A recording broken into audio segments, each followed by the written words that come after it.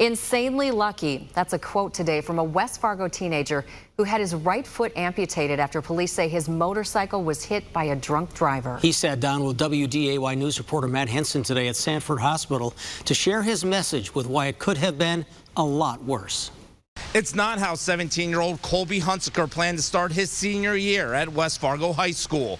He expects to be here at Sanford Hospital until at least Friday as he adjusts to life as an amputee. I'm alive. I'm partially kicking. The 17-year-old tries to stay upbeat after doctors were forced to amputate his right foot and part of his shin. I gotta live with it. It's not something I can just wait a few years and it'll go away. I am stuck with it forever.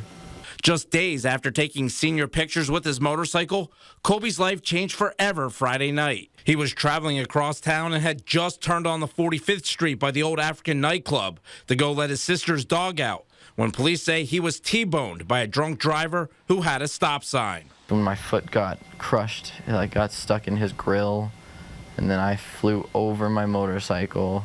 Kolby remembers it all. When I flipped over my bike, I had my visor open, and I knew I was going to smack down on my head. And his helmet sits in his hospital room as a reminder. If I was not wearing a helmet, I would not be here. 100%. I'd be toast. 3 witnesses stayed with Kolby until help arrived. They used a belt as a tourniquet to stop the blood loss around his foot. Kolby, who was a nurse assistant at Sanford, remembers asking one of the witnesses to let him look at his leg. Once I got a look at it, I was pretty content with losing it because what happened happened. You can't take it back.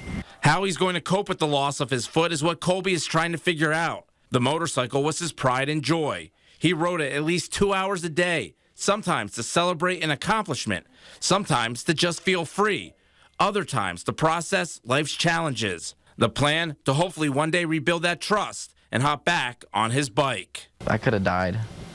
I could have been paralyzed. Someone else could have died.